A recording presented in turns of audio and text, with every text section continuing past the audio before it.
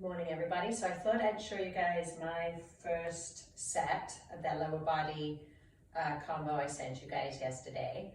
I'm just going to do 10 reps of each, although as some of this weight is a little bit lighter than we might use in the gym, you may want to up your reps to 15. I will probably end up doing 4 rounds of this.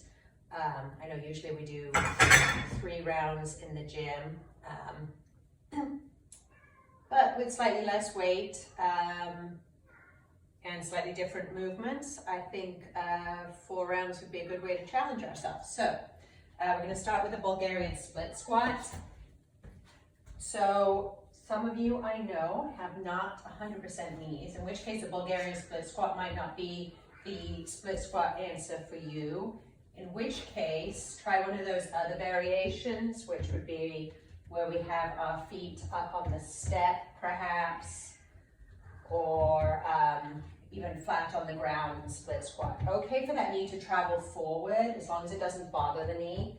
Weight stays in the heel and slightly to the outside of the shoe. And we're just going to do 10 reps per side.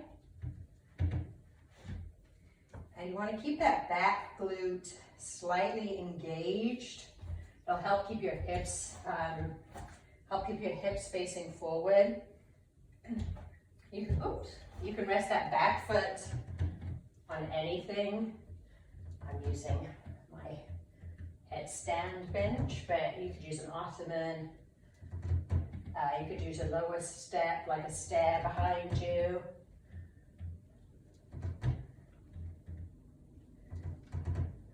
Good. Control the weight down, push up.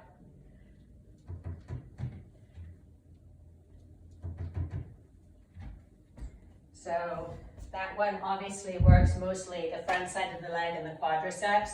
So now we're going to go to a posterior chain movement. So we are going to do a single leg deadlift with a resistance band. I like this because it kind of forces you to work a little bit on your balance, but the resistance also makes the movement the hardest at the top. You may want to find it doesn't really matter what the tension on the band is, right? So blue's sort of a middling weight, right? Starts to get a little bit heavier. Purple's super heavy. Some of you guys have a black one. That's a pretty hardcore band. If you hold the handle and you don't have much tension, go ahead and hold further down the band. Place that weight in one foot. Keep that glute under, slight bend to the knees. You're just going to hinge forward. Try and keep the hips and shoulders even. Squeeze up to the top of the movement. So the band's actually going to pull you forward. So the goal is to control that pull and then squeeze back up to the top. Squeeze the glutes at the top. Try and keep the shoulders relatively back and down. I'm sure you guys are hearing that one. And then just knock out your 10 per side or 15 per side if you're in the mood. I should also mention, probably, especially since I started with the split squat, probably a good idea to do a little bit of warming up before. You can do the dynamic warm up we do in the gym. Just go for a walk around the house or outside for your warm up. Right, but get some blood flowing, warm up the knees. If you've got any tightness anywhere, try and work that out just a little bit before you start the movements.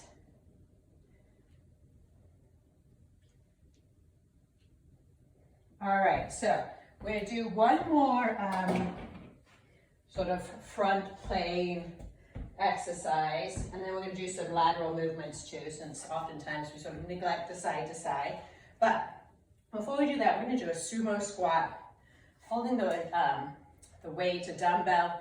You can absolutely do this without a dumbbell and just use body weight. You'll have to do a few more reps perhaps to get the workout. So to keep myself honest and going relatively low-ish on my squat, I'm going to use a low seat. You could use a low ottoman. It's sort of optional, you don't have to, but That way you got a nice consistent squat each time. So I'm gonna brace the core, right? No flexion, right? No extension here, no contraction here. Try and keep this neutral. I'm gonna bend the knees slightly first, reach the hips back, squeeze to the top. Try and keep the shoulders back and down. Good. Knees stay out over the toes. So you feel a little stretch in those inner leg muscles. When you get back to squeezing to the top, squeeze the glutes, get those hips forward, and sort of reset the movement, right? And do a couple more.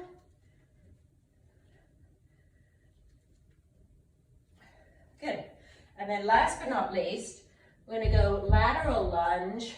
We're going to add a little bit of dynamic arm movement with this. Helps kind of some coordination skills.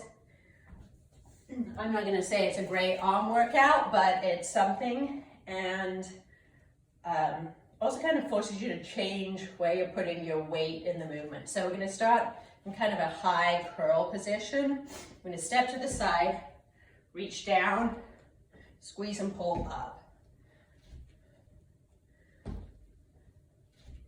Good. So just make sure that inner leg stays relatively straight and the knee on that outside leg stays out. Hips reach back.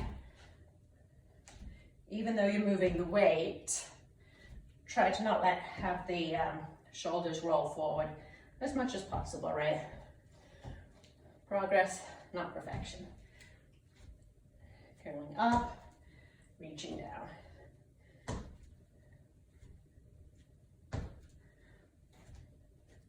So I've sort of been trying to go through these without too much rest between the exercises. And then between sets, maybe taking about 60 seconds. So if you want to be super strict about that, go for it. If you need a little bit more rest, you know, listen to your body, but try and challenge yourself and have a fantastic day. Bye.